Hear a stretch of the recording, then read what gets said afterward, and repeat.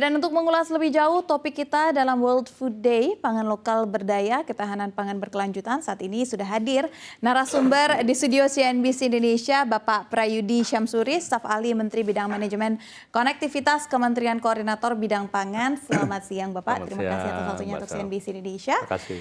Selanjutnya juga sudah hadir di studio CNBC Indonesia, Prof. Hermanto Siregar, Guru Besar IPB. Selamat siang Pak. Selamat siang. Dan selanjutnya juga sudah ada Bapak Aditya Rusmawan, Agriculture Affairs LTO Lead dari Bayer Crop Science Indonesia. Terima kasih Bapak atas waktunya untuk CNBC Indonesia. Baik, kalau gitu sebelum lebih jauh kita mengulas tentang topik kita akan lihat dahulu data dari Global Food Security Index 2022 yang dirilis oleh Economist Impact, di mana Indonesia berada di peringkat ke-63 dari 113 negara dengan skor 60,2 poin. Ini menandakan adanya peningkatan namun masih di bawah rata-rata global dan juga Asia Pasifik. Posisi ini memang cukup baik bila dibandingkan dengan banyak negara berkembang lainnya, tetapi tetap menunjukkan bahwa upaya menuju ketahanan pangan sejati masih panjang. Dan langsung saja kalau gitu kita akan memulai diskusi kita pada siang hari ini. Saya akan mulai dari Bapak Prayudi.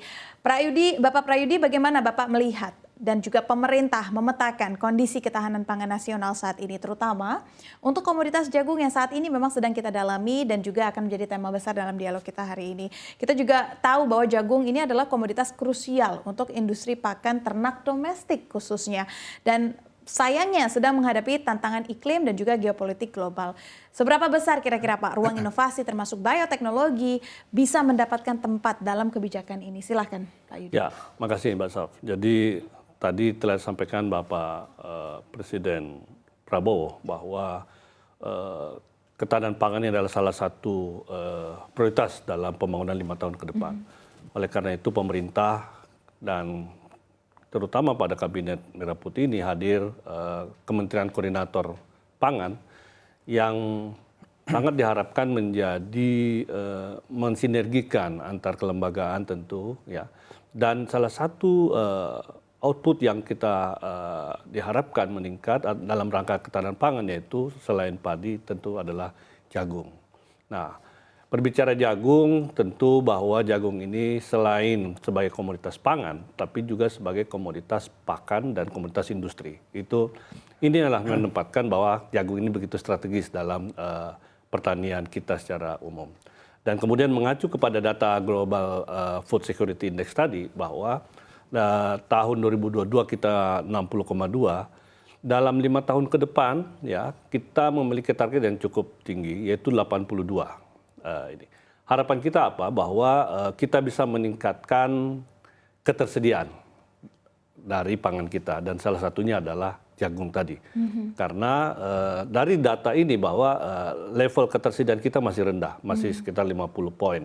Nah, harapan kita bahwa selain padi tentu bagaimana meningkatkan ketersediaan pangan kita melalui jagung tadi. Nah, saya kira menurut saya bahwa tidak ada langkah yang pasti bahwa kita harus menerapkan teknologi. Itu kuncinya menurut saya. Saya ingin kembali beralih maksud saya ke Prof. Hermanto. Tadi kan kita sudah dengarkan dari pemerintah Pak. Sekarang kami ingin tahu perspektif dari akademisi.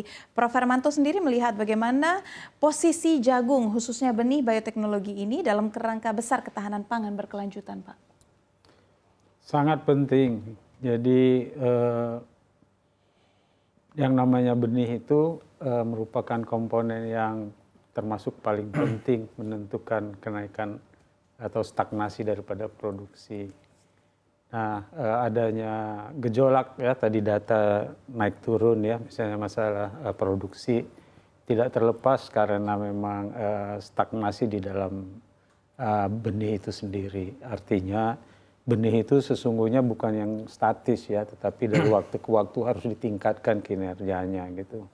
Jadi jagung sendiri sebetulnya adalah komoditi yang menurut saya setelah beras itu paling penting. Kalau beras itu adalah pangan pokok, nah namanya pangan itu kan harus berimbang. Beras adalah karbonya, sedangkan jagung itu adalah bahan baku untuk menghasilkan proteinnya.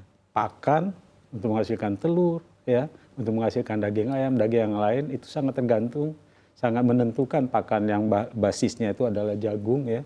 terhadap produksi telur, daging ayam dan seterusnya.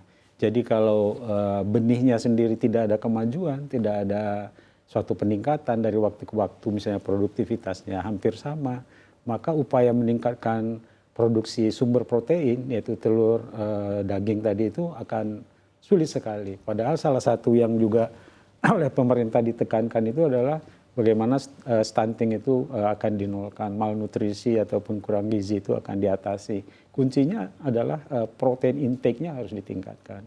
Jadi kembali ke pertanyaan awal, bagaimana dengan peranan daripada benih itu krusial sekali. Oke, berarti bisa dikatakan sebenarnya ketahanan pangan ini berkaitan erat dengan harga ya Pak. Kalau misalkan jagungnya mungkin harganya melemah atau ketersediaannya terbatas, akhirnya protein daging, barang-barang yang mengandung protein ini bisa lebih mahal.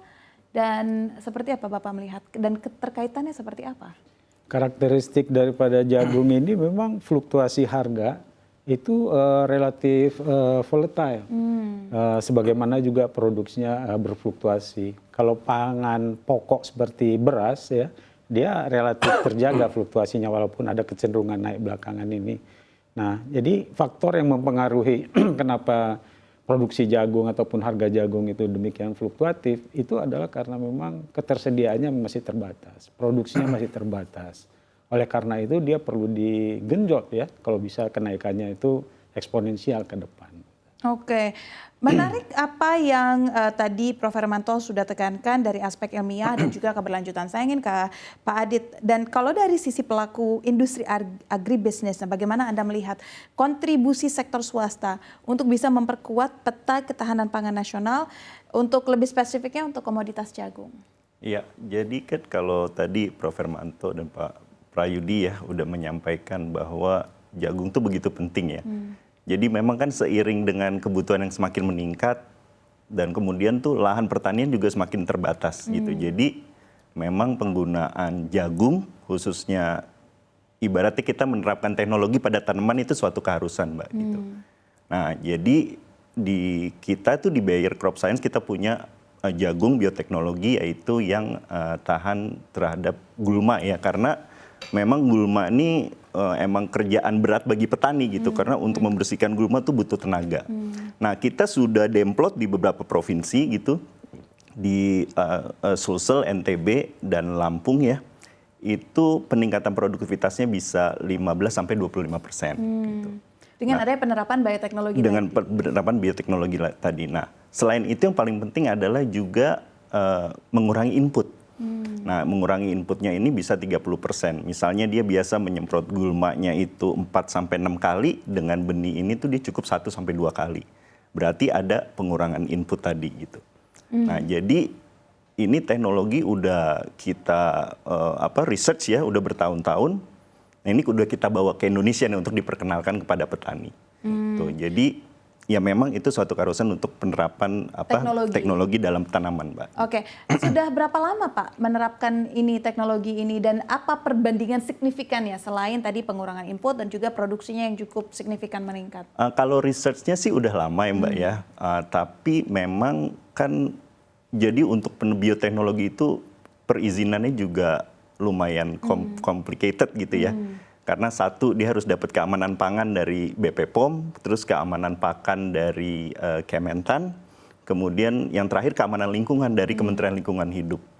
Nah memang proses regulasi ini yang memang bikin memakan waktu gitu. Nah makanya dengan adanya Pak Prayudi ini dari Kementerian Koordinator Pangan, mungkin nanti bisa dipayungin nih Pak ya antara kementerian tadi untuk supaya regulasi itu tidak menjadi hambatan gitu bagi kami. Gitu. Mungkin Pak Yudi boleh menanggapi sedikit Pak Yudi dengan adanya regulasi yang dikeluhkan sedikit lambat Pak. Ya, jadi kalau kita berbicara regulasi memang hadir untuk mengatur sebenarnya ya. Jadi kita telah memiliki PP 21 tahun 2005 terkait dengan keamanan hayati produk rekayasa genetika. Kemudian ada turunan Perpres, kemudian dari keamanan-keamanan teknis juga sudah ada. Nah, tinggal bagaimana kita coba dengan kabinet yang baru ini, kita coba melakukan review terhadap regulasi-regulasi, mana yang kita coba bisa percepat, karena ini sudah tuntutan sebenarnya. tuntutan kita untuk memanfaatkan teknologi. Kalau kita tidak mengikuti perkembangan teknologi, kita ketinggalan. Bahkan kita akan menjadi pasar nanti. Oleh karena itu menurut kami di pemerintahan adalah sekarang Kemenko sudah sedang menyiapkan tim Pokja Perbenihan. Dan di dalamnya kita akan melakukan review terhadap regulasi-regulasi itu. Itu Pak, tapi mungkin seberapa besar Pak urgensinya untuk bisa menerapkan teknologi di tanaman seperti yang disampaikan oleh Pak Aditya tadi? Ya, kalau kita berbicara pertanian, ke depan itu kita harus berbicara namanya pertanian presisi. Presisi artinya ya betul-betul kita ukur secara kuantitatif. Tadi sebenarnya kalau kita berbicara ini kan sebenarnya kita ke arah efisiensi.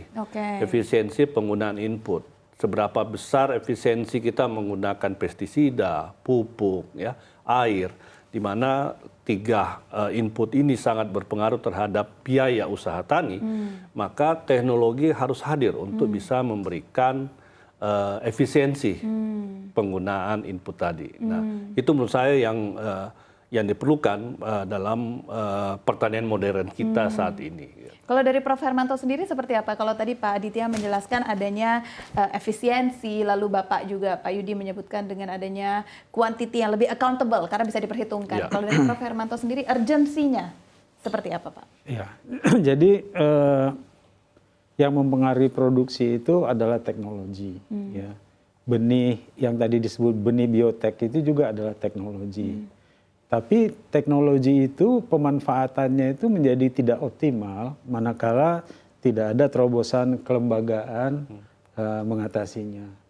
Jadi kalau untuk izin katakanlah masih terlalu lama, itu adalah dengan format kelembagaan yang ada, ya, maka itu perlu juga diperpendek waktunya.